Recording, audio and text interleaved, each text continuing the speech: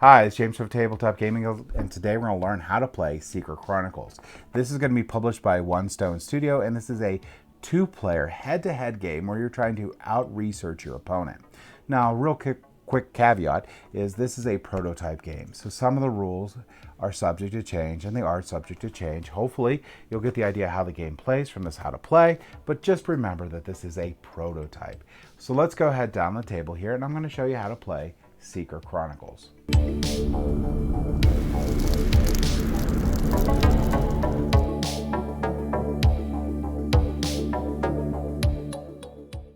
All right, so today we're going to take a look at Secret Chronicles. Now, keep in mind this is a beta of this game, so some of the stuff can be subject to change.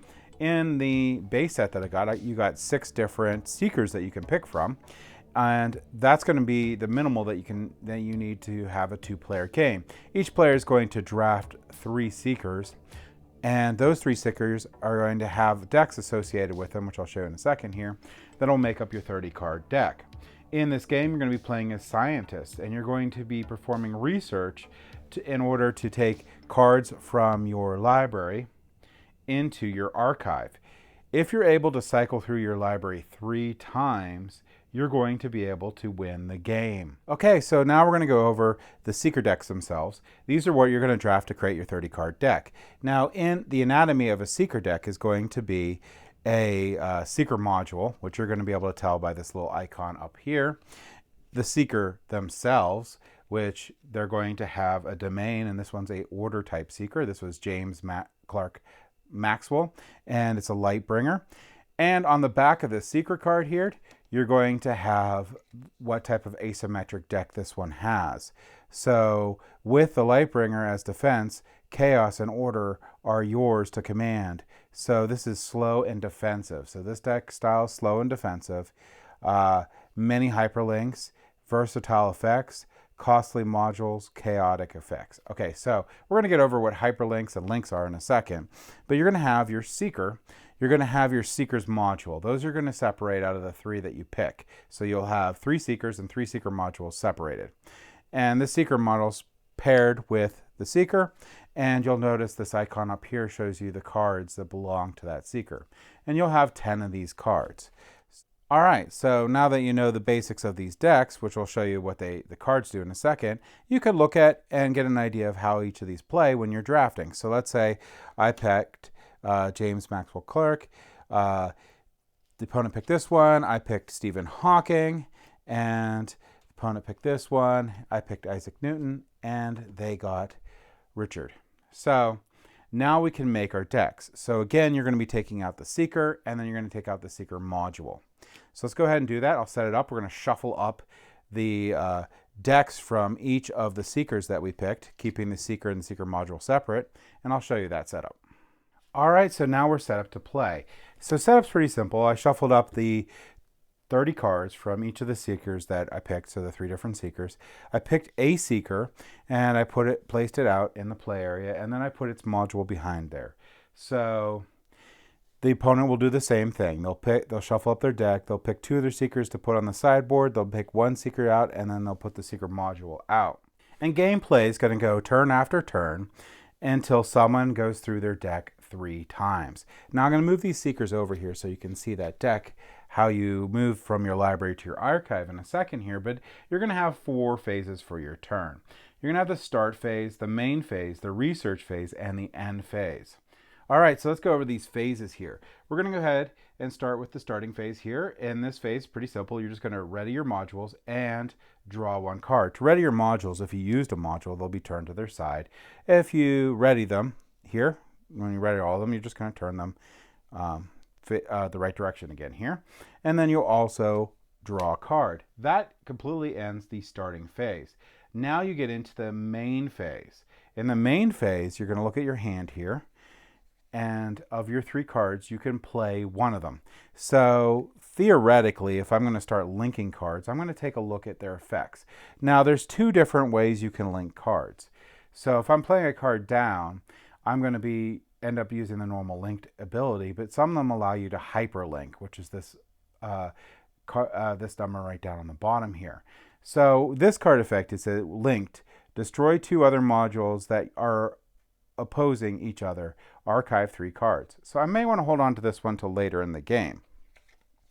This one here doesn't cost anything to link after I've played it, but I could pay 1 to hyperlink it. So your next link costs 3 less at the end of this turn. Until the end of this turn, sorry. So that's a super powerful card. And the last one I have right here is going to only be able to be linked normally. And that says move a random Cosmos module from your archive into your memory. So I don't really have the ability to do any of these too well right now. But I'm going to go ahead and place this one down. So that's going to be play 1 card. Now I can link or hyperlink as much as I want. And with this, like I said, this would be free to hyperlink if I want. And that would add 0 to Stephen Hawking's power. Or I could pay 3 for this one. Well, with this one here, your next link costs 3 less. So I could link this one, and then I could link this one. And now Stephen Hawking's is at 6 power. Now just winding this back a little bit, and that's probably what I want to do, because even though this says triple the power of this module until end of turn. So this would actually be a 18, which is super powerful. So this is a really good combo for that. Now, if I would have played this card instead, and I wanted to link it, I would just turn this card to show that I used it as a resource, and that pays for the 1, and I can link it, and Stephen Hawking would become a 2. But instead, I want to do this super powerful combo where now I have an 18 power Stephen Hawking here, and you could go in and do the next phase here. You could perform research. So that way I'm going to challenge my opponent. So my opponent right now has 0, and this character right now has 18. If my opponent didn't do anything at all, which they're allowed to react now by linking or hyperlinking any number of cards they want. So they can look at their hand here and say, well, can I hyperlink anything? No, I don't have anything down to link, so I'm going to have to pretty much let you win this, and you'll be able to archive 18 cards. So you'll go ahead and 6.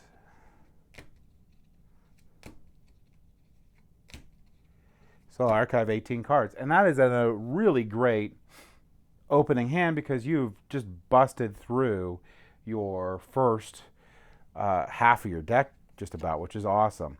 So if you look down here, this one is high-powered modules, disruptive effects, costly modules, no draw effects.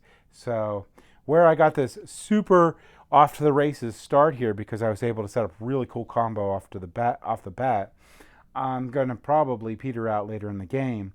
So where I got this 18 cards here, I have to really like keep moving and trying to shuffle through that deck as quickly as possible. That is a really good early game combo there.